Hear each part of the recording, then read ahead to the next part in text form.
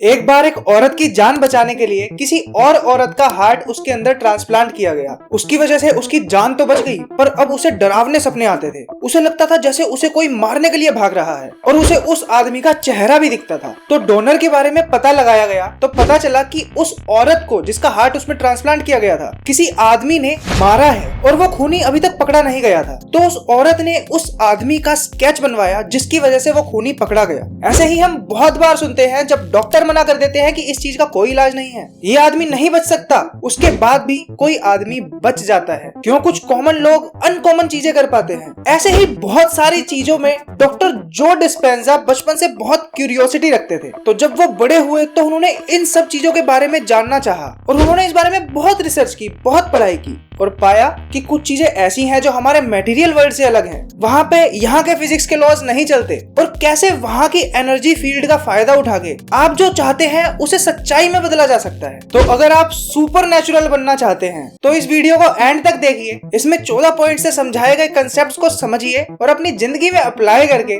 जो पाना चाहते हैं वो पाएं। पहला पॉइंट है opening the door to the supernatural. Anna Williams नाम की एक औरत थी जिसकी जिंदगी काफी अच्छी चल रही थी। संडे का दिन था और वो अपने लिविंग रूम में बैठ के बाहर गार्डन देख रही थी। पक्षी चहचहा रहे थे, बच्चे हंस रहे थे, खेल रहे थे। एना एक साइकोथेरेपिस्ट थी। उसकी प्रोफेशनल लाइफ भी काफी अच्छी चल रही थी, पर वो इस समय एक चेयर पे बैठी थी और वो थोड़ा डिस्ट्रैक्टेड सा फील कर रही थी। उसका पति सुबह सुबह जल्दी चला गया था और अब वो उसकी कॉल्स भी नहीं उठा रहा था, तो एना को थोड़ा अनईजी सा फील हो रहा था। 3:30 बजे 2 पुलिस वाले उसके गेट पर आए और उन्होंने एना को बताया कि उसके पति ने सिटी की टॉलेस्ट बिल्डिंग से कूद के अपनी जान दे दी। एना और उसके बच्चे एकदम से शॉक में आ गए। उन्हें इस बात पे विश्वास ही नहीं हो रहा था। एना को बहुत ज्यादा स्ट्रेस हो गया। अब वो अपनी जिंदगी जी रही थी, पर उसके इमोशंस पास्ट में अटके हुए थे। वो उसी दर्द भरी यादों के सहारे अपनी जिंदगी गुजार रही थी। क्योंकि वो एक साइकोथेरेपिस्ट थी तो उसे पता था कि उसके साथ क्या हो रहा है, पर इससे उसका दर्द कम नहीं हो रहा था। धीरे धीरे उसको पैसों की समस्या होने लगी। अब वो एक इमोशंस की साइकिल में फंस चुकी थी। उसे बुरा लगता था, दुख होता था, अपने ऊपर गिल्ट होता था, गुस्सा आता था और भी बहुत कुछ होता था। उसने अपने अंदर नेगेटिव फीलिंग्स भर ली थी और फिर वो एक दिन उठी और उसने देखा कि उसकी कमर के नीचे का हिस्सा पैरालाइज हो चुका है। वो रिकवर नहीं हो पा रही है क्योंकि वो एक क्रॉनिक स्ट्रेस की साइकिल में फंस चुकी है। 6 हफ्ते उसकी ट्रीटमेंट चली, मेडिकेशंस चली, पर वो सही नहीं हुई। जब उसने हॉस्पिटल छोड़ा तो वो बहुत ही मुश्किल से वॉकर के सहारे या क्रचेस के सहारे चल रही थी। वो क्लिनिकल डिप्रेशन में आ चुकी थी जिसकी वजह से वो और दवाइयां खाती थी।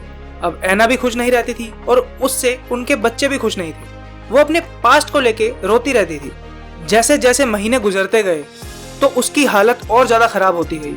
उसे ऑटो इम्यून डिजीज होने लगी और उसे कैंसर भी हो गया। उसे लगने लगा था कि अब तो जिंदगी में मेरी कुछ नहीं बचा, पर तभी कुछ बदला। उसने एक वर्कशॉप ज्वाइन करी जिससे उसकी जिंदगी में कुछ चमत्कार हो गया। ये चीज ऐसी है जो पता सबको होती है पर करते बहुत कम लोग हैं। उसने मेडिटेशन करना शुरू किया। जब वो मेडिटेट करती थी तो वो अपने इमोशंस प्यार भरे और ग्रेटिट्यूड से भरे हुए रखती थी। उसने अपने आप को अपने पास्ट के पेन से मुक्त कर लिया और वो अब अपना एक नया वर्जन बनती जा रही थी। एना की हेल्थ धीरे धीरे इंप्रूव होने लगी। जब वो मेडिटेट करती थी तो वो एक इनफाइनाइट ब्लैक स्पेस में अपने आप को पाती थी। वो क्वांटम फील्ड से कनेक्ट हो जाती थी जहाँ पे कुछ भी होना संभव होता है। वो भविष्य में अपने आप को एक स्टेज पे खड़ा हुआ पाती थी, एक माइक लेके सबके सामने अपनी जर्नी शेयर करती हुई पाती थी और उसे बड़ी खुशी होती थी और रिलीफ होता था। उसे पता चल चुका था कि वो अपनी फिजिकल बॉडी से ज्यादा है। उसे अपनी जिंदगी में मजा आने लगा और धीरे धीरे उसकी हेल्थ इंप्रूव हो गई और उसने एंटी डिप्रेसेंट लेने भी छोड़ दिए। उसकी सोच और उसकी फीलिंग्स बदलनी शुरू हो गई जिससे वो एक नई इंसान बन गई। और जब उसका मेडिकल चेकअप हुआ तो उसका कैंसर भी पूरी तरह से गायब हो चुका था। और इस तरह से उसने अपनी बची हुई दवाइयां चालू रखी जिससे उसकी सारी प्रॉब्लम्स दूर हो गई। अब उसकी जिंदगी प्यार से भरी हुई थी और वो एक कॉर्पोरेट ट्रेनर बन गई। इससे हमें पता चलता है कि हम जितना सोचते हैं हम उससे कहीं ज्यादा कैपेबल हैं। और जब हम अपनी कॉन्शियसनेस के अंदर तक झांकने की कोशिश करते हैं तो हमें बाउंडलेस पॉसिबिलिटीज दिखनी शुरू हो जाती हैं। सेकंड पॉइंट है द प्रेजेंट मोमेंट। हमारा दिमाग एक कॉम्प्लेक्स मशीन है। इसमें बहुत सारे पार्ट्स हैं और अलग अलग टास्क के लिए अलग अलग पार्ट काम करता है। जैसे आप गाड़ी चला रहे हो, शावर ले रहे हो, एक गाना गा रहे हो या गाना सुन रहे हो, तो हर एक्टिविटी के लिए दिमाग का कुछ स्पेसिफिक हिस्सा एक्टिव रहता है। जब भी हम कुछ काम करते हैं तो कुछ स्पेसिफिक न्यूरल नेटवर्क्स होते हैं जो उस काम को करने में हमारी मदद करते हैं। और जब ये न्यूरॉन्स के ग्रुप इकट्ठे हो जाते हैं तो एक थॉट का पैटर्न बनाते हैं और हमारा बिहेवियर बनाते हैं। जैसे जैसे हम टास्क को बार बार करते रहते हैं वैसे वैसे ये नेटवर्क स्ट्रॉन्ग होता रहता है और एक दूसरे से ज्यादा कनेक्ट होने लग जाता है। हमारा दिमाग ज्यादातर हमारे पास्ट एक्सपीरियंस से शेप होता है। जब भी हम कुछ नया सीखते हैं तो हमारा दिमाग अपग्रेड हो जाता है, और जब भी हम किसी चीज के लिए स्ट्रॉन्ग इमोशंस फील करते हैं तो वो हमारे दिमाग में गहरी यादों के रूप में छप जाता है। हमारे विचारों में और हमारी फीलिंग्स में एक कनेक्शन होता है। जब भी हम कुछ सोचते हैं, जब भी हम कुछ याद करते हैं, तो हमारा दिमाग कुछ केमिकल रिलीज करता है जो उन थॉट्स से मिलता है, जिसकी वजह से हम उस इमोशन को फील कर पाते हैं जैसे वो हमारे साथ अभी हो रहा है। जैसे अगर आप किसी डरावनी चीज के बारे में सोच रहे हैं तो आपको डर की फीलिंग आनी शुरू हो जाएगी और ये एक साइकिल में बन जाता है। एक डर की फीलिंग आपको और डर के थॉट्स देती है, जिससे आप एक लूप में फंस जाते हो। अगर थॉट आपके दिमाग की लैंग्वेज है तो फीलिंग आपकी बॉडी की लैंग्वेज है, और जब आप इस साइकिल में फंसते हो तो आप अपने पास्ट में फंसे रह जाते हो। जब हम रोज एक ही जैसा काम कर रहे होते हैं तो हमारी बॉडी एक रूटीन में आ जाती है, जिससे हम वैसे ही जी रहे होते हैं जैसे हम पास्ट में जी रहे थे। पर अगर हमें कुछ सुपरनैचुरल करना है तो हमें इस पैटर्न को तोड़ना होता है। हमें अपने पास्ट से हटके कुछ करना होगा, इस साइकिल को तोड़ना होगा, और कुछ नया आने के लिए हमारी जिंदगी में जगह देनी होगी। नहीं तो आपके दिमाग में सेम विचार आते रहेंगे, आप रोज सेम चॉइसेस लेते रहेंगे और आप सेम चीजें बार बार करते रहेंगे, क्योंकि आपका दिमाग आपके लिए चीजें आसान करना चाहता है। तो आप जो चीजें पहले से जानते हो वो आपके लिए आसान कर देता है, जिसमें आपको बहुत ज्यादा सोचने की जरूरत नहीं होती। और जब आप अपने इस रूटीन में आते हो तो आपके विचार आपकी एक फीलिंग क्रिएट करना शुरू कर देते हैं। आपको उस सिचुएशन में कुछ स्पेसिफिक इमोशन आने शुरू हो जाते हैं। जैसे अगर हम अपने बहुत ही अच्छे दोस्तों से मिलने का सोचते हैं तो उस सोच से ही हमारे अंदर कुछ खुशी के इमोशंस आ जाते हैं। आप उस चीज को प्रेडिक्ट कर रहे होते हैं कि आपको कैसा फील होगा, क्योंकि ऐसा बहुत बार पहले हो चुका है। और जब आप अपनी फीलिंग्स की प्रेडिक्शन कर सकें कि वो इस इवेंट में कैसा होगा, तो आप नोन चीजों में फंसे हुए हैं और आप एक साइकिल में फंसे हुए हैं। और जैसा आप सोचते हैं और जैसा आप फील करते हैं वो आपके आसपास एक इनविजिबल एनर्जी फील्ड बना देता है। जैसे अगर आप खुश हैं तो आप अपने आसपास खुशियां फैलाते हैं, और अगर आप फ्रस्ट्रेटेड हैं तो आप सबको फ्रस्ट्रेशन देना शुरू कर देते हैं। इसी तरह से हमें कुछ लोगों से वाइब्स मिलती है जिससे हम पहचान जाते हैं कि ये किस मूड में है। अगर आप पास्ट में रहेंगे और अपने सेम थॉट्स और फीलिंग रिपीट करते रहेंगे तो आप वो सेम एनर्जी अपने पास रख रहे हैं, जिससे आपके फ्यूचर में वही काम होगा जो आपके पास्ट में हुआ था। पर आप अपनी एनर्जी को बदल सकते हैं, जिससे आप अपना फ्यूचर बदल सकते हैं। उसके लिए आपको अपनी फैमिलियर फीलिंग्स से थोड़ा दूर हटना होगा और अपने आप को प्रेजेंट मोमेंट में लाना होगा।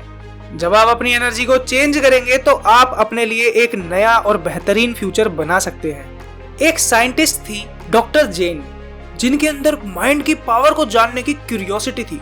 वो बिलीव करती थी कि हमारे थॉट्स और हमारे इमोशंस सिर्फ हमारे दिमाग को नहीं, हमारी बॉडी को भी चेंज कर देते हैं। उन्होंने बताया है कि हार्वर्ड की एक रिसर्च में एक बार 2 ग्रुप बनाए गए, जिसमें से एक ग्रुप को पियानो सिखाया गया और दूसरे ग्रुप को सिर्फ ये बोला गया कि उन्हें अपनी आंखें बंद करनी है और ये इमेजिन करना है कि वो पियानो बजा रहे हैं, और वो म्यूजिक अपने दिमाग में सुन रहे हैं और ये फील कर रहे हैं कि उनकी उंगलियों के नीचे पियानो की कीज हैं।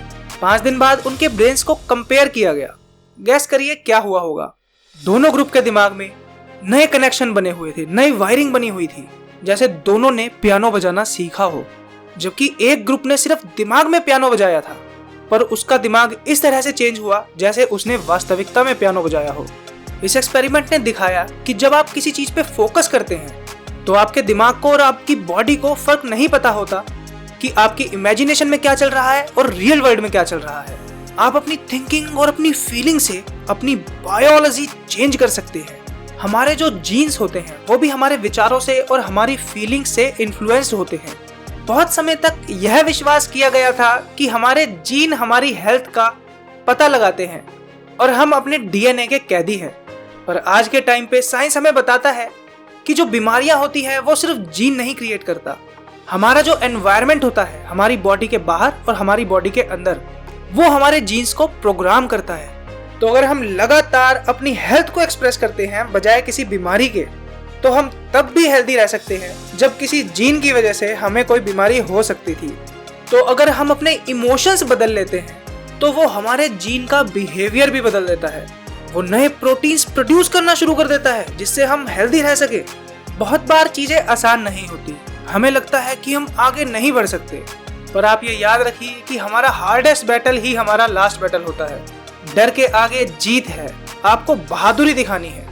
जैसे जैसे आप अपने आप से लड़ाइयाँ जीतते जाएंगे, आप ऐसी चीजों से छुटकारा पाते जाएंगे जिन्होंने आपको बांध रखा है, जिससे आप एक बेहतरीन फ्यूचर बना पाएंगे। थर्ड पॉइंट है tuning into new potentials in the quantum. कुछ समय पहले साइंटिस्ट ने क्वांटम फील्ड की खोज की थी। माना जाता है कि इसके अंदर ब्रह्मांड के सीक्रेट छुपे हुए हैं। जो फिजिक्स के लॉज हमारी दुनिया में एप्लीकेबल होते हैं वो यहाँ पे एप्लीकेबल नहीं होते। एक एटम जिससे कोई भी चीज बनी होती है वो उतना भी सॉलिड नहीं होता जितना वो दिखता है। उसमें ज्यादातर खाली स्पेस होता है, और जो उसमें इलेक्ट्रॉन होता है वो एक ही समय पे बहुत सारी जगह एग्जिस्ट कर सकता है। वहां पे टाइम इस दुनिया से अलग तरह से चलता है, और जब आप किसी चीज को ऑब्जर्व करते हो तभी वो एक डिफाइंड स्टेट में पाई जाती है, यानी कि आपकी कॉन्शियसनेस रियलिटी क्रिएट करती है। तो जब आप अपने आप को प्रेजेंट मोमेंट में पाते हो तो उस समय क्वांटम फील्ड में सारी पॉसिबिलिटीज एग्जिस्ट कर रही होती हैं। पर आप उन पॉसिबिलिटीज को रियलिटी में कैसे लाओगे? उसके लिए दो एसेंशियल चीजें हैं। पहला, एक क्लियर इंटेंशन, और दूसरा उसके लिए स्ट्रॉन्ग इमोशन। याद रहे कि आपका इमोशन स्ट्रॉन्ग होना चाहिए, क्योंकि अगर वो वीक होगा तो वो जो वाइब्रेशंस भेजेगा वो इतनी इफेक्टिव नहीं होंगी जो उस पॉसिबिलिटी को रियलिटी में बदल सके। जैसे मानो आपको एक वेकेशन पे जाना है, तो सबसे पहले आपको वो डेस्टिनेशन क्लियर होनी चाहिए। वहां पे आप कैसे जाएंगे वो तरीका आपको पता होना चाहिए। आपको ये पता होना चाहिए कि आपके साथ कौन जाएगा, आप वहां पे जाके कहाँ रहेंगे, वहां पे जाके क्या क्या एक्टिविटी करेंगे, क्या खाएंगे और कैसे एक्सपीरियंस पाएंगे। जब आप ऐसा पूरा क्लियर इंटेंशन कर लेंगे, उसके बाद आपको अपने स्ट्रॉन्ग इमोशंस उससे अटैच करने हैं। आपको ऐसा फील करना है जैसे आपके साथ वो हो रहा है। जब आपके स्ट्रॉन्ग इमोशंस उससे अटैच्ड होंगे तो आपके आसपास जो एनर्जी फील्ड बनेगी वो उस क्वांटम फील्ड की उस पॉसिबिलिटी के साथ वाइब्रेट करेगी, और वो पॉसिबिलिटी रियलिटी में बदल जाएगी।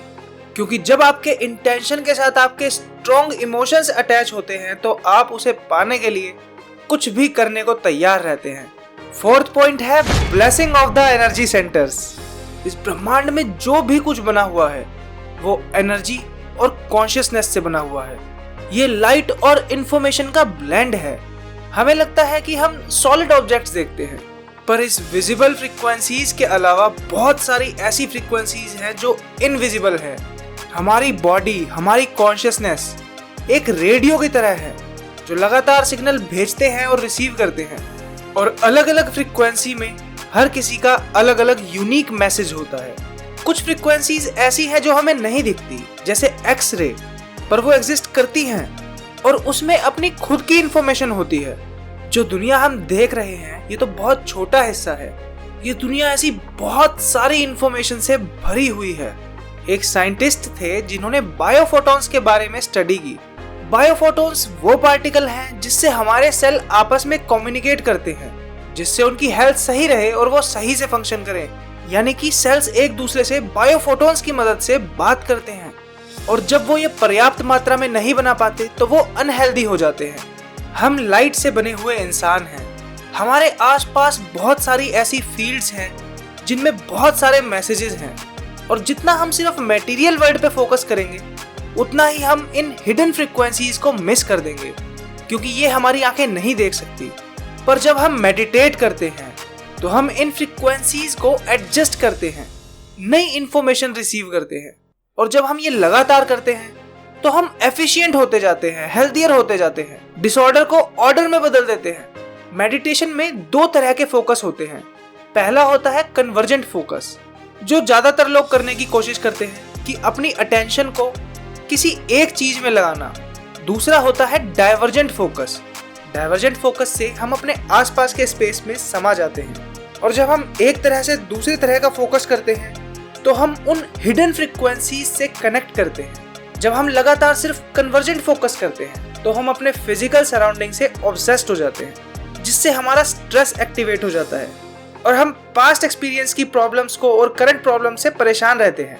हालांकि बहुत बार इसकी वजह से बहुत कुछ बुरा होने से बच सकता है, पर इसकी वजह से हम एनर्जी और कॉन्शियसनेस की बड़ी दुनिया को मिस कर देते हैं। जब हम मेडिटेशन से डाइवर्जेंट फोकस करते हैं तो हम अपने दिमाग को अपने आसपास की फ्रीक्वेंसी के लिए खोल देते हैं, जिससे हमारे दिमाग में बैलेंस आता है और स्ट्रेस की जगह हम हार्मनी में जीते हैं और हेल्दी रहते हैं। बुद्धिस्ट लोग भी ऐसा हजारों सालों से करते आ रहे हैं। जब आप ओपन फोकस करते हैं तो आप एम्प्टी स्पेसेस पे ध्यान देते हैं, आप सोचने के बजाय चीजें फील करना शुरू कर देते हैं और आप अपने बहुत ज्यादा एक्टिव लॉजिकल माइंड को थोड़ा शांत कर देते हैं, जिससे आप अपने सबकॉन्शियस माइंड में चले जाते हैं, जहां पे आपकी सारी ऑटोमेटिक हैबिट और जो भी ऑटोमेटिक प्रोग्राम आपको चला रहे हैं वो होते हैं, और यहाँ पे आप अपने बॉडी और अपने माइंड को रीप्रोग्राम कर सकते हैं। हमारे पास अलग अलग एनर्जी सेंटर्स होते हैं।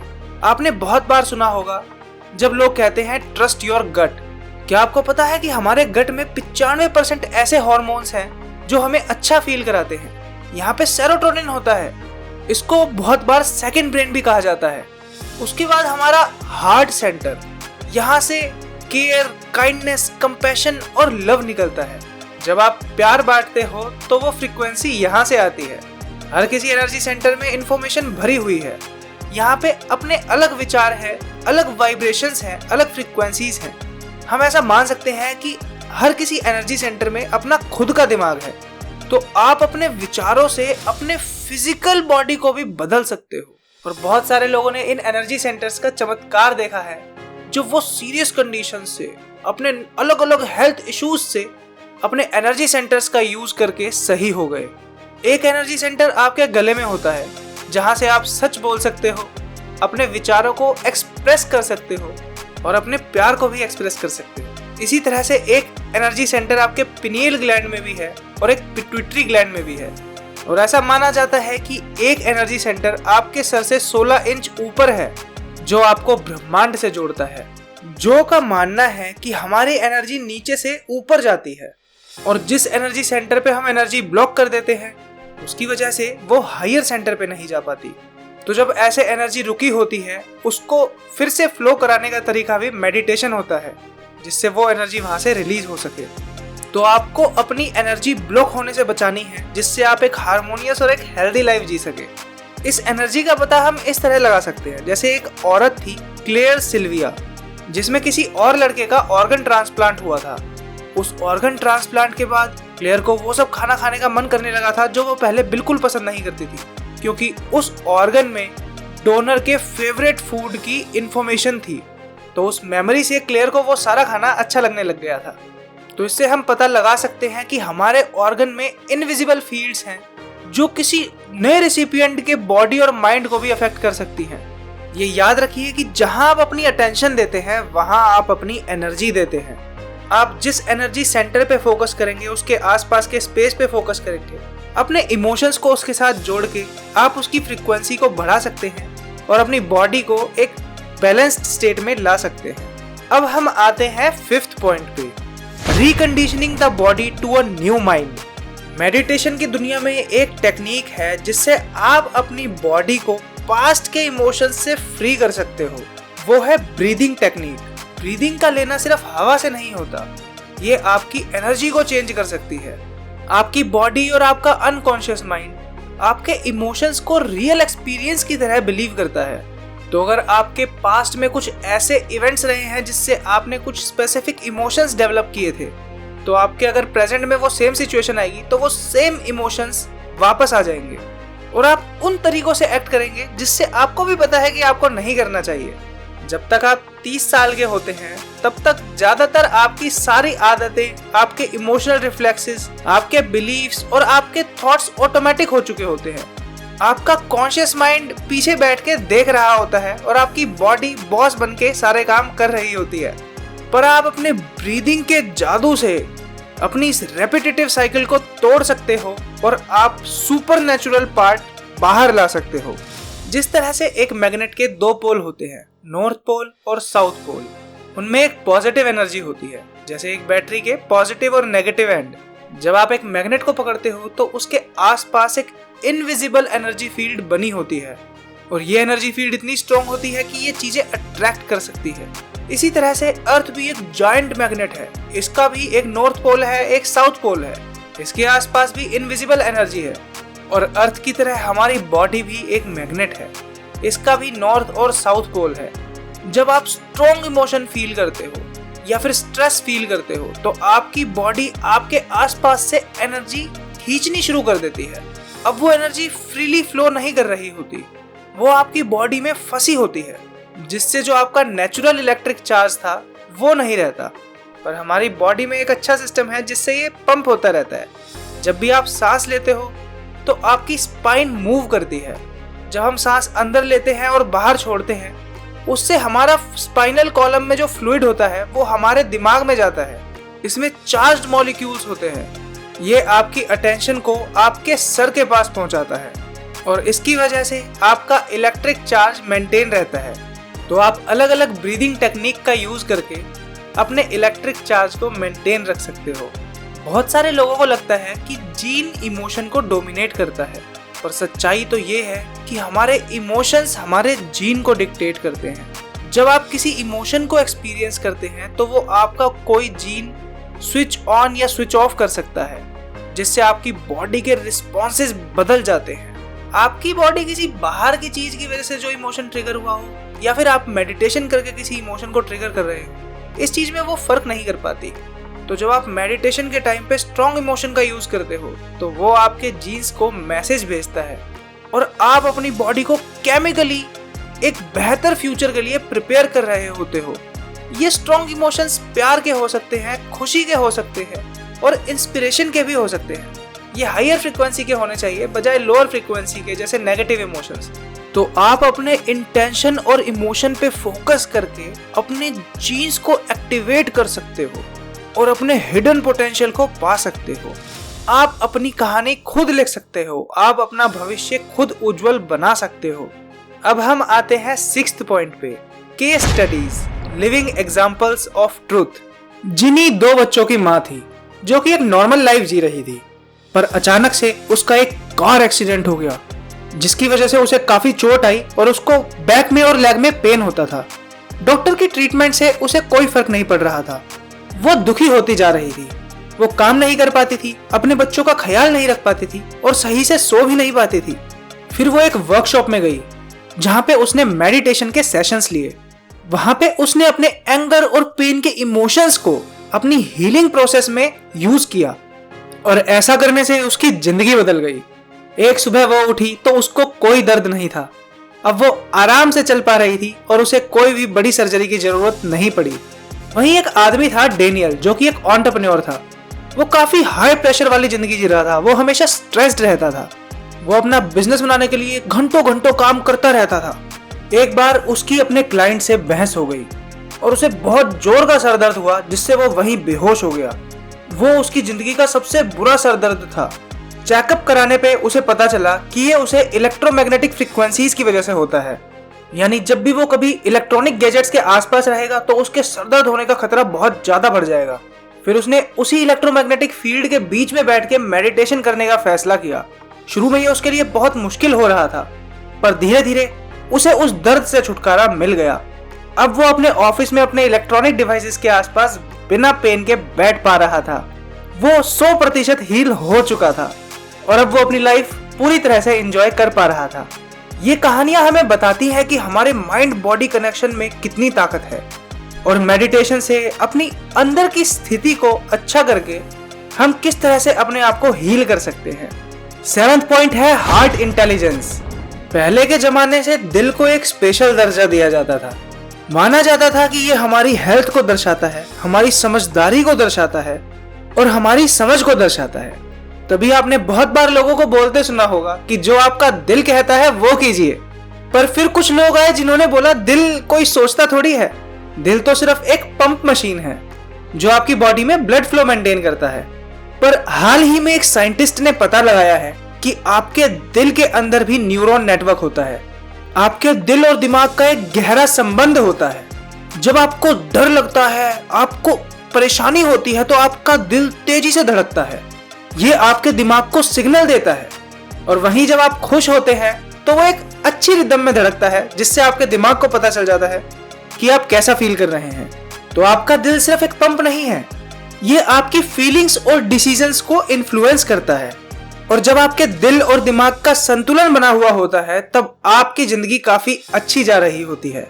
आप अपनी जिंदगी में खुश होते हैं, आप दूसरों के प्रति दयालु होते हैं, आप सबको प्यार करते हैं और आप अपनी जिंदगी में बेहतर चुनाव करते हैं। यह है आपके दिल की ताकत। दिल अपने धड़कने के तरीकों को बदल के आपके दिमाग को सिग्नल देता है, जिससे आपको उस तरह से विचार आते हैं।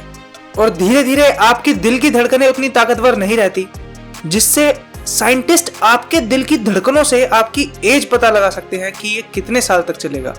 आपके दिल के पास ही एक ऑर्गन होता है, थाइमस, जो आपके इम्यून सिस्टम को कंट्रोल करता है। और जब आप बहुत ज्यादा स्ट्रेस में होते हैं तो ये छोटा हो जाता है, जिससे आपका इम्यून सिस्टम कमजोर हो जाता है। पर अगर आप अपने दिल को अच्छे से एक्टिवेट करना जानते हैं और अपने दिमाग के साथ और अपनी बॉडी के साथ कोहेरेंट बनाना जानते हैं, तो ये उस थाइमस को एनर्जी देता है और वो आपका इम्यून सिस्टम अच्छा कर देता है, जिससे आपकी हेल्थ अच्छी रहती है, आपकी बॉडी सही से काम करती है। आपके दिल से 90% नर्व फाइबर्स सीधा दिमाग में जा रही होती हैं। तो दिल और दिमाग का सीधा सीधा कनेक्शन है। आपका दिल खुद से भी सोच सकता है, क्योंकि उसके पास खुद का न्यूरल नेटवर्क है। और ये कनेक्शन आप कैसा सोचते हैं, कैसे बोलते हैं और कैसे इमोशन फील करते हैं, उसको इन्फ्लुएंस करता है। तो आपका दिल और दिमाग आपस में बेस्ट फ्रेंड है और वो अपनी रिदम शेयर करते हैं। और जब वो दोनों सिंक में होते हैं तो आप बैलेंस्ड रहते हैं और आपको स्ट्रेस नहीं होता। तो अगर आप अपने दिल और दिमाग का संतुलन बनाना जान जाते हैं, जैसा आप दिल में फील कर रहे हैं वैसे ही आपको विचार आते हैं जो आपकी जिंदगी के लिए अच्छे हैं, तो आप अपनी जिंदगी को बहुत बेहतर बना सकते हैं। इसके लिए आप अपनी आंखों को बंद करके अपने दिल पे फोकस कीजिए। धीरे धीरे लंबी सांसें लीजिए। अपने दिल में प्यार उभरता हुआ देखिए और उसे दुनिया में बांटिए। अपने आसपास पॉजिटिव चेंज लाइए। इसके लिए मेडिटेशन करना जरूरी नहीं है, आप ये काम दिन में कभी भी कर सकते हैं। अगर आप ऐसा करना शुरू कर देंगे तो आप अपने इमोशंस के मास्टर बन जाएंगे और अपने दिल और दिमाग को हार्मनी में रखना सीख जाएंगे। 8th पॉइंट है माइंड मूवीज। बहुत बार हम ऐसे एडवर्टाइजमेंट देखते हैं जो हमें इमोशनली एकदम रोलर कोस्टर पे ले जाते हैं। वो आपको डर दिखाते हैं, आपको इनसिक्योर फील करवाते हैं और फिर एक कैची सी टैगलाइन से बोलते हैं कि अगर आपको इससे बचना है तो ये दवाई ले लीजिए। क्या हमारी जो भी चॉइसेस होती हैं वो हमारी खुद की होती है या वो एडवर्टाइजिंग से हमारे दिमाग में डाली जाती हैं? क्या एडवर्टाइजिंग से हमें डरा के, इनसिक्योर फील करवा के हमें कुछ ऐसा बेचा जाता है जिसकी हमें जरूरत भी नहीं होती? पर आप अपने दिमाग को इन सब चीजों से बचा सकते हैं अगर आप पॉजिटिव बिलीव्स रखेंगे। हमारे दिमाग में 3 पार्ट होते हैं। पहला कॉन्शियस माइंड, दूसरा एनालिटिकल माइंड, तीसरा सबकॉन्शियस माइंड। कॉन्शियस माइंड से हमारे थॉट्स और हमारी अवेयरनेस आती है। यहाँ पे हम सोचते हैं और डिसीजंस लेते हैं। हमारा एनालिटिकल माइंड हमें लॉजिकल थिंकिंग में मदद करता है, रीजनिंग में मदद करता है। जिस समय हम एनालिटिकल थिंकिंग करते हैं उस समय हम पूरे अलर्ट होते हैं। पर सबकॉन्शियस माइंड एक ऐसा हिस्सा है जिसको जो बोल दिया जाता है वो चुपचाप कर देता है, वो उसको क्वेश्चन नहीं करता। और जब आप अपनी ऐसी स्टेट में होते हैं जहां पे आपका सबकॉन्शियस माइंड काम कर रहा है, तो आप वो काम करते चले जाते हैं जो भी आपको बोला जाता है। आप उसके लिए क्वेश्चन नहीं करते। जैसे आपने बहुत बार देखा होगा कि अगर कोई इंसान टीवी देख रहा है और आप उससे कुछ बोल रहे हैं तो वो आपको नहीं सुन रहा, क्योंकि वो जो देख रहा है उसका पूरा ध्यान वहां है। उसका एनालिटिकल फिल्टर ब्रेक पे है और उसको उस टाइम पे जो भी इंफॉर्मेशन बोली जाएगी करने के लिए वो उसे एक्सेप्ट कर लेगा। और उसी समय पे एक एडवर्टाइजमेंट निकल के आता है, क्योंकि आप एक सजेस्टिबल स्टेट में होते हो, तो उस समय वो आपके दिमाग में वो इंफॉर्मेशन डालना शुरू कर देता है और वो उसे बार बार रिपीट करता है ताकि वो आपके सबकॉन्शियस माइंड को प्रोग्राम कर सके। जितना ज्यादा आप बार बार सेम इंफॉर्मेशन कंज्यूम करेंगे उतना ज्यादा आपके रिस्पॉन्सेज ऑटोमेटिक होते चले जाएंगे, क्योंकि अब आपके कॉन्शियस माइंड को उसे एनालाइज करने की जरूरत नहीं होगी। एक और तरीका है, जब एक स्ट्रॉन्ग इमोशन हो या फिर शॉक हो, ट्रॉमा हो, तो वो आपको दिमाग को हिला देता है। उस समय जो भी इंफॉर्मेशन आती है वो आपके एनालिटिकल माइंड को बाईपास कर जाती है, जिससे आपको जो कहा जाता है आप वो कर देते हो। एडवर्टाइजर्स इस चीज का भी फायदा उठाते हैं। आपका सबकॉन्शियस माइंड ऑटोमेटिक प्रोसेसेस के लिए बना है। जैसे आप सांस लेते हैं, आपका खाना डाइजेस्ट होता है और आपका दिल धड़कता है। जब कोई थॉट आपके सबकॉन्शियस माइंड में चला जाता है तो आपकी बॉडी उस ऑर्डर को मानना शुरू कर देती है। तो अगर आपको कोई लगातार बोलता है कि आपका इम्यून सिस्टम एज के साथ कमजोर हो जाता है, आप तो थोड़े समय में कमजोर हो जाएंगे, आप तो बीमार हो सकते हो, अगर आपको इस बीमारी से बचना है तो हमारी दवाई लीजिए। और अगर आपका सबकॉन्शियस माइंड इस इंफॉर्मेशन को एक्सेप्ट कर लेता है तो आपकी बॉडी उस ऑर्डर को मानने लग जाती है और आपका इम्यून सिस्टम कमजोर होने लग जाता है। तो आपको इस चीज का बड़ा ध्यान रखना है कि आप सुबह उठते ही और रात को सोने से पहले कैसी इंफॉर्मेशन अपने दिमाग में डाल रहे हैं। अगर आप ऐसी इंफॉर्मेशन अपने दिमाग में नहीं डाल रहे जो आपके गोल और वैल्यू से अलाइन करती है, तो वो आपके सबकॉन्शियस माइंड को अफेक्ट कर सकती है। उसी तरह से आपको याद है कि कोई गाना ऐसा हो जिससे आपको पुराने एक अच्छे समय की याद आने लग जाए या फिर पुराने एक बुरे समय की याद आने लग जाए। इसे हम एसोसिएटिव मेमोरी कहते हैं, जहां पे आपका दिमाग किसी इमोशन को किसी गाने से जोड़ देता है। एक समय जब आप कुछ खास लोगों के साथ थे, आप अपना समय बहुत एंजॉय कर रहे थे और आप एक गाना सुन रहे थे जिसको सुन के आपको बहुत मजा आ रहा था, तो आप सालों बाद अगर वो गाना सुनते हैं तो आपको एग्जैक्टली वैसा ही फील होता है जैसा आपको उस समय हो रहा था, चाहे वो कुछ क्षणों के लिए हो। ऐसा लगता है कि आपने उन क्षणों को दोबारा जी लिया। आपकी किसी भी याद की इंटेंसिटी उस इमोशन से जुड़ी हुई होती है जो आप उस समय फील कर रहे थे, चाहे वो पॉजिटिव मेमोरी हो या नेगेटिव मेमोरी हो। तो क्यों ना आप इसी प्रिंसिपल को अपने आने वाले भविष्य को अच्छा करने पे लगा सकें। आप अपने दिमाग में एक माइंड मूवी बनाइए जिसमें आप अपने फ्यूचर के इंटेंशन के लिए क्लियर हो जाइए। आप अपने कॉन्शियस और सबकॉन्शियस माइंड को ये क्लियर विजन दीजिए, नया विजन दीजिए। अपने दिमाग और अपने बॉडी से ऐसा एक्ट कीजिए जैसे ऑलरेडी हो रहा है, और इस इमेज को, इस वीडियो को एक म्यूजिक से एसोसिएट कर दीजिए जो आपको वो पाने के लिए इंस्पायर करता है। इससे आपके दिमाग में नए नेटवर्क बन जाएंगे जो आपकी बॉडी को इमोशनली कंडीशन कर देंगे उस नई रियलिटी के लिए। अगर आप अपने इमोशन को और अपनी फीलिंग्स को फ्यूचर से कनेक्ट करना सीख जाते हैं तो वो आपको सही ट्रैक पे चलने के लिए मोटिवेशन देता रहेगा। आपको समय समय पे अपने लिए वो मूवी चलानी है, अपने आप को अफर्मेटिव वर्ड्स बोलने हैं। आप क्या हैं, आप क्या बिलीव करते हैं और आप जो भी कर रहे हैं वो क्यों कर रहे हैं। अगर आप अपने दिल और दिमाग को कोहेरेंस में ला सके और अपनी माइंड मूवीज का यूज सही तरह से कर सके तो वो आपको आपकी जिंदगी के हर एस्पेक्ट में मदद कर सकता है, चाहे वो हेल्थ हो, वेल्थ हो, रिलेशनशिप हो या आपका करियर हो। ऐसा करके स्कूल में उनके ब्राइट फ्यूचर के लिए उन्हें मोटिवेट किया जाता है। बहुत सारे एंटरप्रेन्योर्स अपने बिजनेस को डेवलप करने के लिए ये स्किल यूज करते हैं। ये आपको आपकी एडिक्शन ट्रीटमेंट में और आपकी रिकवरी में भी मदद करता है। ये माइंड मूवी कोई जादू नहीं है। इस माइंड मूवी से आप अपनी जिंदगी के कॉन्शियस क्रिएटर बन सकते हैं। अगर आप अपनी एनर्जी और अपने इमोशंस अपने फ्यूचर के साथ अलाइन कर देंगे तो आप अपने सपनों को सच्चाई में बदल सकते हैं। 9th पॉइंट है वॉकिंग मेडिटेशन। मेडिटेशन करने के 4 तरीके होते हैं, बैठ के, खड़े होके, लेट के और चल के। हर किसी मेडिटेशन का अपना एक समय होता है और अपना एक यूनिक पर्पस होता है। मानो आप बैठ के मेडिटेशन कर रहे हो, आपका दिमाग एकदम शांत हो गया, पर जैसे ही आप अपनी आंखें खोलते हो और अपने बिजी दिन में जाते हो तो आपका जो मन शांत था वो फिर से बेचैन हो जाता है। आपके ऊपर लगातार काम आना शुरू हो जाता है, ईमेल पे ईमेल। आप वापस अपनी पुरानी दुनिया में और पुराने तरीकों में चले जाते हो। जो आपने अपने दिमाग की शांति पाई थी वो तभी के तभी खो जाती है। अगर आप चाहते हो कि आपकी वो एनर्जी पूरे दिन मेंटेन रहे तो उसके लिए एक स्पेशल मेडिटेशन है। ऐसी मेडिटेशन जिसमें आपको खड़ा होना होता है, चलना होता है। अगर आप खड़े होकर चल के मेडिटेशन करना सीख जाएंगे तो आप अपनी पीसफुल एनर्जी को अपनी नेचुरल स्टेट बना देंगे। दिन में बहुत सारा समय ऐसा होता है जहां पे हम जो भी काम करते हैं वो बिना सोचे करते हैं। हम ऑटो पायलट पे काम कर रहे होते हैं। पर अगर हम ऐसे कामों के लिए अवेयर होंगे, हमें पता होगा कि क्या काम हम गलत कर रहे हैं, तो हम नई वाइब्स के साथ काम करना शुरू करेंगे। हमारी एनर्जी बदलनी शुरू हो जाएगी।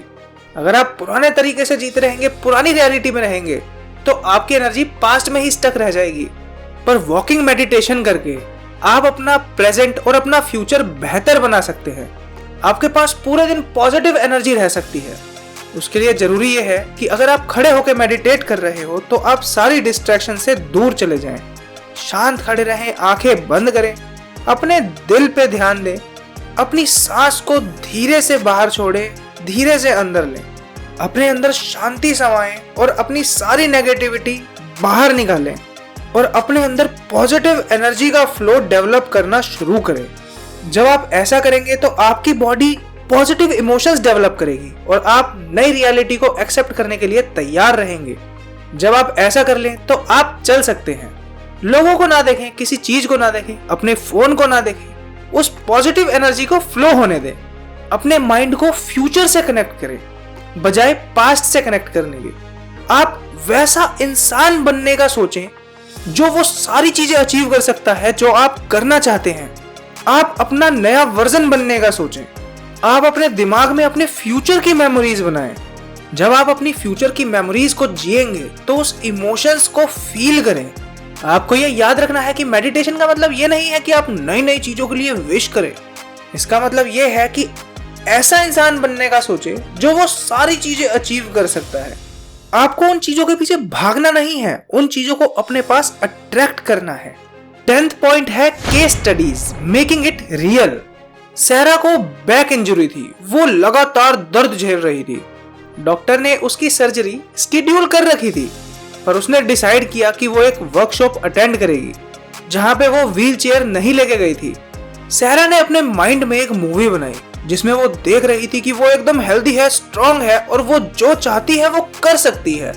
जब भी वो ऐसा देखती थी तो उसके अंदर खुशी की लहर दौड़ जाती थी और उस वर्कशॉप के दौरान उसकी एनर्जी बढ़ती चली गई। ऐसा मानो जैसे उसे कोई हीलिंग लाइट सही कर रही हो।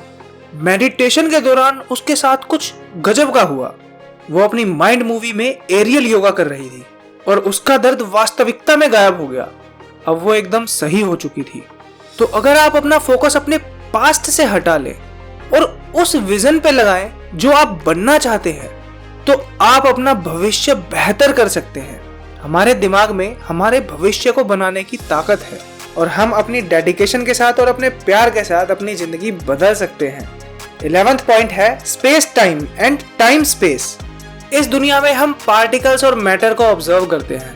हमारी सेंसेस हमें अलाउ करती हैं कि हम उनके हाइट, विड्थ और डेप्थ देख सकें। जैसे आप अपने सामने अपना फोन देख सकते हैं या फिर कोई और चीज देख सकते हैं। आप चीजों को एक्सपीरियंस कर सकते हैं क्योंकि आपके पास सेंसेस हैं। जैसे आप देख सकते हैं, सुन सकते हैं, टेस्ट कर सकते हैं, स्मेल कर सकते हैं और उसको फील कर सकते हैं। पर अगर सारी सेंसेस हटा दी जाए तो वो ऑब्जेक्ट्स आपके लिए एग्जिस्ट करना बंद कर देंगे। हमारा ब्रह्मांड इनफाइनाइट अमाउंट ऑफ स्पेस से भरा हुआ है। हम जब रात में आकाश देखते हैं तो हम बहुत छोटा हिस्सा देख रहे होते हैं और जब हम स्पेस में एक जगह से दूसरी जगह जाते हैं तो हमें टाइम का पता चलता है।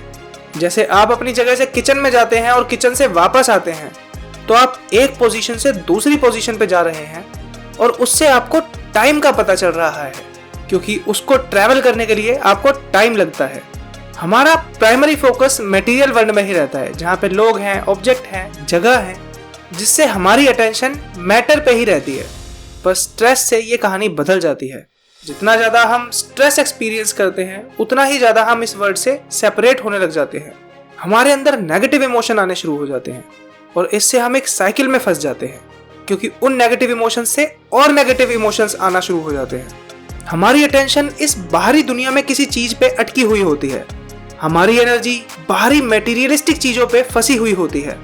हम इमोशनली अपनी प्रेजेंट रियलिटी से अटैच्ड होते हैं। हम अपने फ्यूचर को प्रेडिक्ट करने की कोशिश करते हैं अपने पास्ट के बेस पे और चेंज हमारे लिए डरावना होता है क्योंकि अननोन और अनप्रेडिक्टेबल चीजें हमें डराती हैं। तो अगर आपको इस साइकिल को तोड़ना है तो आपको उस अननोन में कदम रखना पड़ेगा, चाहे वो आपके लिए कितना भी डरावना हो। तभी आप अपनी जिंदगी में बदलाव ला सकते हैं। टाइम किसी भी 2 पॉइंट्स में स्ट्रेट लाइन की तरह काम करता है। जैसे आप जैसे आज हैं और जैसे भविष्य में बनेंगे, वो अगर हम 2 पॉइंट लगा दें तो उस चीज को पाने के लिए आपको समय की जरूरत है। यहाँ पे हर किसी चीज को टाइम चाहिए, पर जो क्वांटम वर्ल्ड है वहां पे टाइम की कमी नहीं है।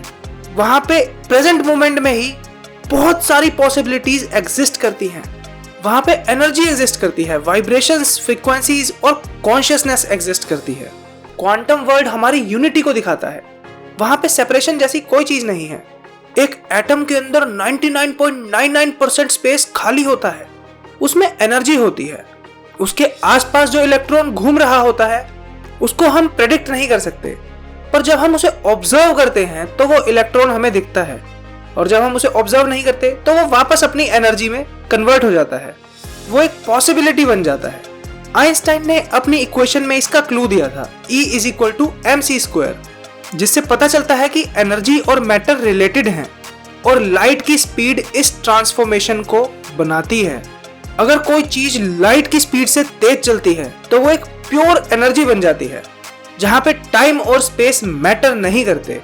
क्वांटम वर्ल्ड में अगर दो पार्टिकल्स को अलग अलग कर दिया जाए, बहुत दूर कर दिया जाए, और किसी एक पार्टिकल के साथ छेड़छाड़ हो, तो दूसरा पार्टिकल तुरंत रिएक्ट करता है, चाहे वो कितना भी दूर हो। उन दोनों के बीच में एक इनविजिबल कनेक्शन होता है। तो इस एक्सपेरिमेंट से पता चलता है कि हमारे मटेरियल वर्ल्ड से बियॉन्ड एक ऐसी चीज है जो सारे मैटर को यूनाइट करती है। साइंटिस्ट ने इसे यूनिफाइड फील्ड कहा है, जहां पे कोई सेपरेशन नहीं है, सिर्फ वननेस है। तो जब आप मेडिटेट कर रहे हो तो आप उस क्वांटम वर्ल्ड को छू लें। समबडी से नोबडी बन जाए, समवन से नो वन बन जाए। अपने प्योर कॉन्शियसनेस में जाएं, जहां पे सब कुछ कनेक्टेड है, कोई सेपरेशन नहीं है। आप एक थॉट बन जाते हैं जो एक 0 पॉइंट फील्ड है, जहां पे सारी पॉसिबिलिटीज एग्जिस्ट करती हैं। तो जब आपके पास सामने चीजें बहुत अनसर्टेन हो तो आप अपनी रियलिटी को इस तरह से बदल सकते हैं। आप अपना फोकस बाहरी दुनिया से हटा के अपने अंदर की दुनिया में लाइए, जहां पे टाइम और स्पेस मैटर नहीं करता, जहां पे आप जो चाहते हैं वो ऑलरेडी हो रखा है। आप कुछ भी बन सकते हैं, कुछ भी कर सकते हैं, कहीं भी रह सकते हैं और किसी भी समय में जा सकते हैं। आप इस स्पेस टाइम स्पेस मेडिटेशन को कर सकते हैं, जहां पे आप अपने दिल की धड़कनों पे फोकस कीजिए, अपनी सांस पे फोकस कीजिए और एक खुशियों भरा, प्यार भरा, आनंद भरा वातावरण महसूस कीजिए। अगर आप 10 से 20 मिनट इस ब्यूटीफुल स्टेट में रहते हैं तो आपको बहुत शांत फील होता है। फिर धीरे धीरे अपनी अवेयरनेस को वापस अपनी बॉडी में लाइए। जब आप ऐसा करेंगे तो आप एकदम रिफ्रेश्ड फील करेंगे और आप इस दुनिया को एक नए पर्सपेक्टिव से देखना शुरू करेंगे। अब हम आते हैं 12th पॉइंट पे, द पिनील ग्लैंड।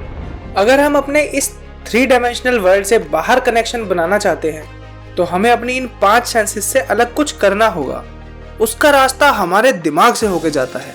जब भी हमारे दिमाग की एनर्जी बढ़ती है तो हमारी अवेयरनेस भी बढ़ती है और हमारी कॉन्शियसनेस भी बढ़ती है। ज्यादा एनर्जी से ज्यादा कॉन्शियसनेस आ रही है या फिर ज्यादा कॉन्शियसनेस से ज्यादा एनर्जी आ रही है, ये अभी तक नहीं पता लगा। पर जब भी हमारे दिमाग में कुछ हो रहा होता है और हम शांति से मेडिटेशन में बैठे होते हैं तो वो जो हम एक्सपीरियंस को दिमाग में फील कर रहे होते हैं उससे हमारी बॉडी पे भी अफेक्ट आता है। पर बिना किसी सेंसरी एक्सपीरियंस के हम वो सब कैसे फील कर पाते हैं? हमारे अंदर जो पिनील ग्लैंड होता है वो सुबह सुबह सेरोटोनिन छोड़ता है। वो हमारी एक बायोलॉजिकल क्लॉक बनाता है, जिससे हम तब उठे जब सूरज उगता है और जब सो जाए जब सूरज ढलता है। तो जब सूरज की रोशनी आती है तो हमारा सेरोटोनिन बनता है, जिसको हम डे टाइम न्यूरोट्रांसमीटर कह सकते हैं। वहीं जब शाम होती है तो प्रोसेस रिवर्स हो जाती है और हमारा पिनील ग्लैंड जो सेरोटोनिन होता है उसको मेलाटोनिन में बदल देता है। इसे हम नाइट टाइम न्यूरोट्रांसमीटर भी कह सकते हैं। मेलाटोनिन की वजह से ही आपको सपने आते हैं।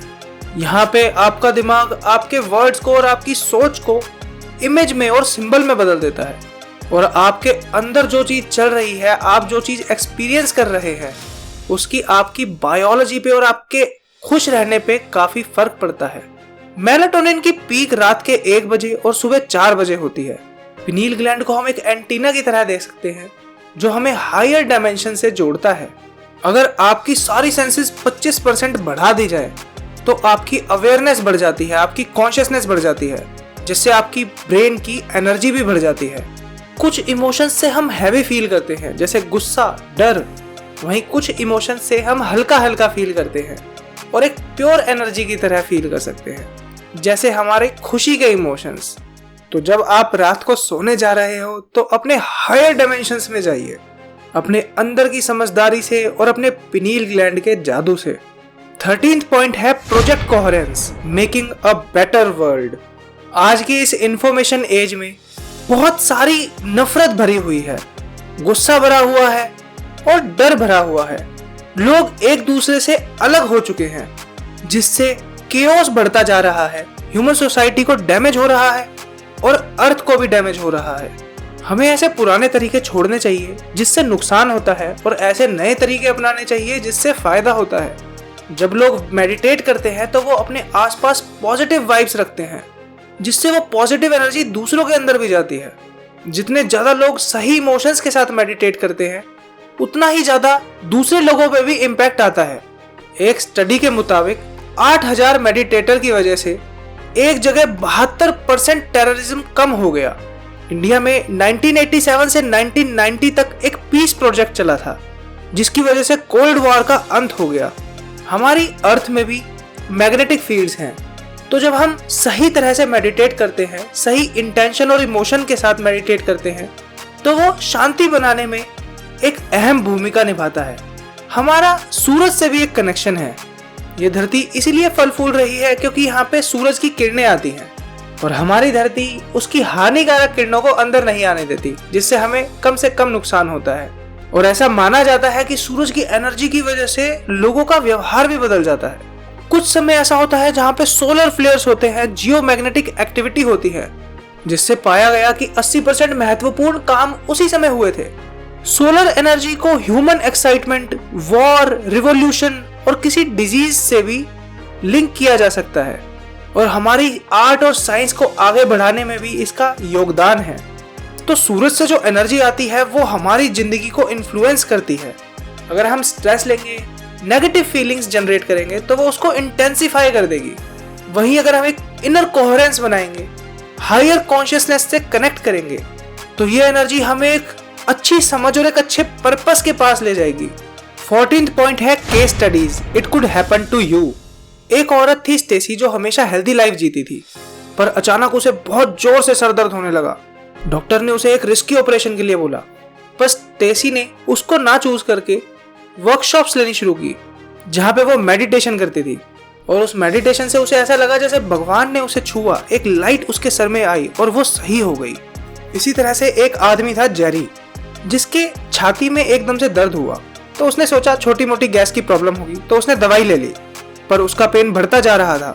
तो उसने एक एम्बुलेंस को फोन किया, पर एम्बुलेंस जब आई तो गेट बंद था और वो नहीं चाहता था कि लोग दरवाजा तोड़े, तो वो बड़ी मुश्किल से दरवाजा खोल पाया, पर उसका दर्द बढ़ता जा रहा था। जब वो हॉस्पिटल गया तो उसकी हालत बहुत खराब थी, उसे आईसीयू ले जाया गया। पर जेरी ने डिसाइड करा कि वो डरेगा नहीं, वो अपने स्ट्रेस हार्मोन को अपने ऊपर काबू नहीं करने देगा। वो समझता था कि नेगेटिव थॉट्स उसको नुकसान कर सकते हैं, तो वो अपने आप से बोल रहा था, I am going to be okay, मैं सही हो जाऊंगा, ये समय भी निकल जाएगा। उसका बचना काफी मुश्किल था, पर अपनी मेडिटेशन और अपने माइंडसेट शिफ्ट की वजह से वो क्वांटम फील्ड की पावर को समझ पाया और उसने अपना फोकस अपने आप को सही करने पर लगा दिया। हालांकि उसके बचने के चांस काफी कम थे, पर जल्दी ही जेरी की कंडीशन इंप्रूव हो गई। तो आप ये समझ सकते हैं कि एक अनवेवरिंग डिटर्मिनेशन के साथ, एक पॉजिटिव माइंडसेट के साथ और एक मन में विश्वास के साथ आप गजब गजब के काम कर सकते हैं। ड्रैगन्स परसेप्शन में हम बिलीव करते हैं कि अगर इंसान को सही गाइडेंस मिले तो वो अपना मैक्सिमम पोटेंशियल अचीव कर सकता है। हम लोगों को उनका मैक्सिमम पोटेंशियल अचीव करवाना चाहते हैं। अगर आपको लगता है कि हम एक अच्छा काम कर रहे हैं तो आप ड्रैगन्स परसेप्शन से जुड़ सकते हैं। आप और हम मिलके इस दुनिया को एक बेहतर दुनिया बना सकते हैं।